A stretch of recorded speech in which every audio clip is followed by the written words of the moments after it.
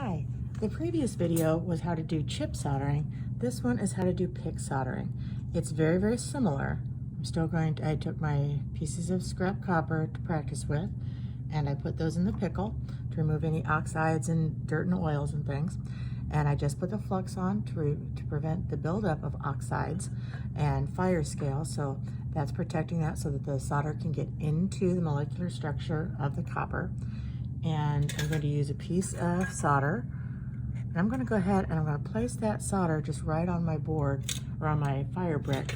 And I'm going to use a pick. Oops, sorry, I bumped my camera. I'm going to use my pick to actually put that in place.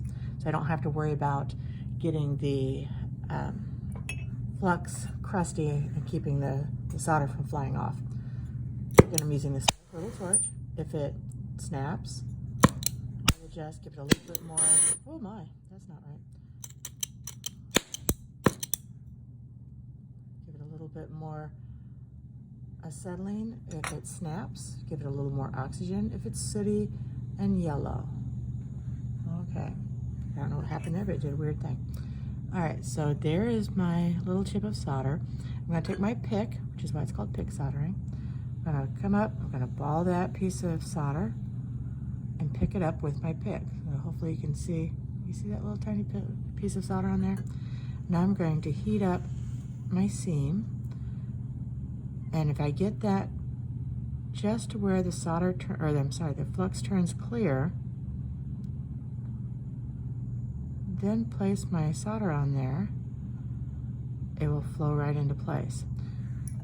And again, to ensure that bond, I can flip it over.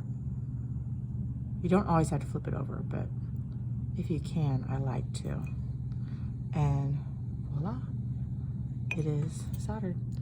You can make sure you turn your torch off completely, and then pick that up with your tweezers, quench it, and then check your seam, make sure that it really is attached. Sometimes the flux will make it seem like it's attached and it's not really. Thank you.